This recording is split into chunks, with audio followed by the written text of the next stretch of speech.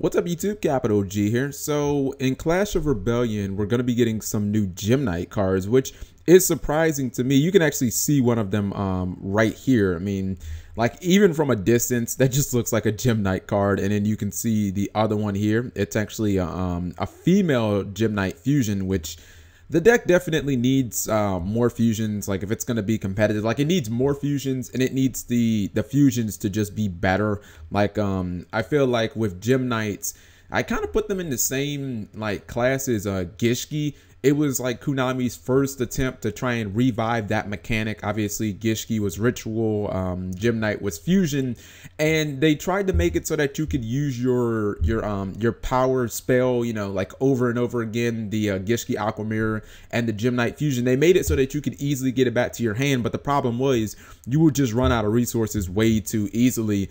And with the Gem Knight monsters, like I actually looked a lot of them up.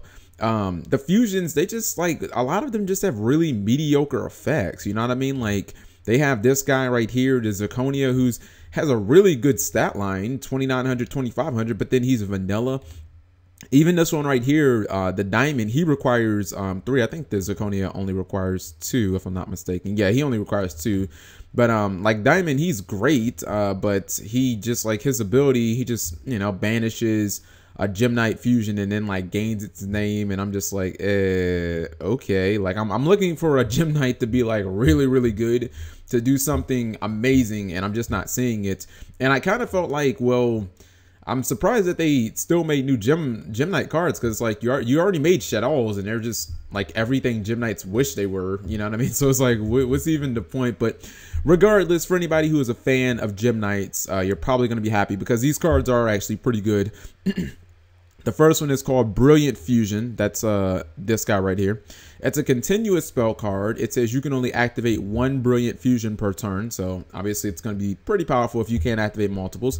Effect number 1, when this card is activated, send from your deck to the graveyard fusion material monsters that are listed on a Gem Knight Fusion monster in your extra deck. Then fusion summon that Gem Knight Fusion monster from your extra deck, but its attack and defense each become 0.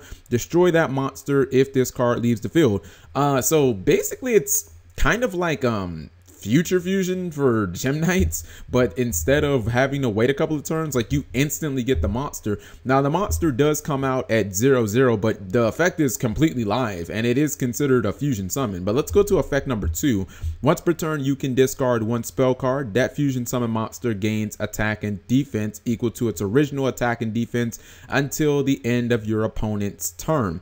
All right, so obviously Konami had to give you some way to actually make use of the monster as far as like running shit over and doing battle damage. So if you pitch a spell, then your monster gets its original stat line back, which, I mean, I would just guess you're going to want to pitch Gem Knight Fusion, because if you activate Brilliant Fusion, you dump a whole bunch of stuff to the graveyard, then even if Gem Knight, like if you pitch your Gem Knight Fusion to get your monster its stats back, then obviously you can just banish one of those monsters and get your Gem Knight Fusion right back to your hand. So it's like the combo kind of pays for itself. So I like this card a lot. Like and I'm not 100% sure. To me, this seems like a cost, because it says when it's activated, send. So I'm guessing if your opponent MSTs it, you should still be able to dump your dudes. And considering some of the Gem Knights, like Diamond, can dump 3 of them, I mean, you should be able to recycle your Gem Knight Fusion a ton of times. So this is the type of card that they're going to need to at least attempt to keep up.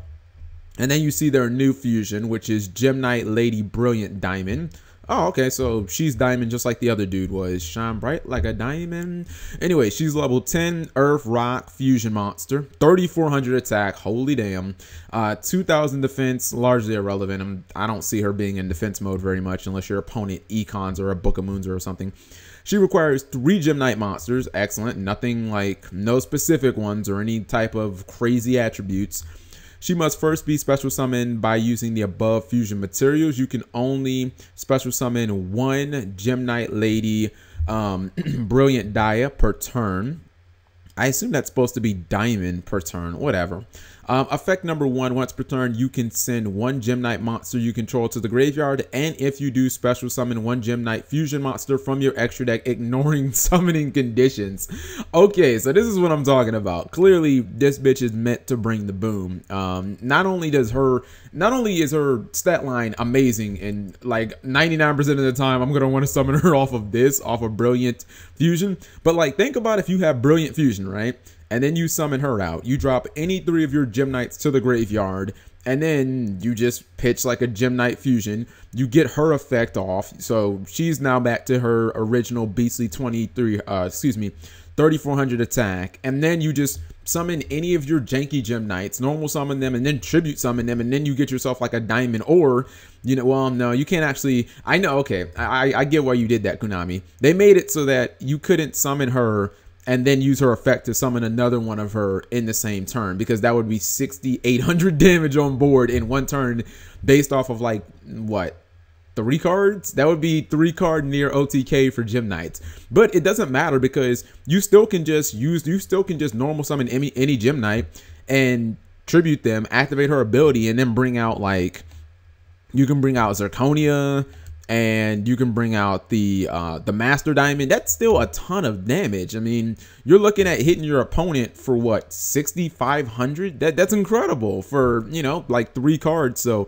looks like Gem Knights are actually going to have some high damage potential. I think these 2 cards are great. Like, these are the type of cards that Gem Knights needed from the beginning if they were gonna like be played on a high competitive level. So if they keep getting cards like this, I can actually see them potentially, you know, becoming like a rogue tier 2 or something like that. Obviously, the Shadow matchup would still be kind of terrible, because they can just activate Shadow Fusion for free. But I guess it would become like who can just OTK who first, because this card gives you the ability to just push out 6,000 plus damage. Crazy. So let me know what you guys think. Thank you for watching as always. Subscribing makes life happy.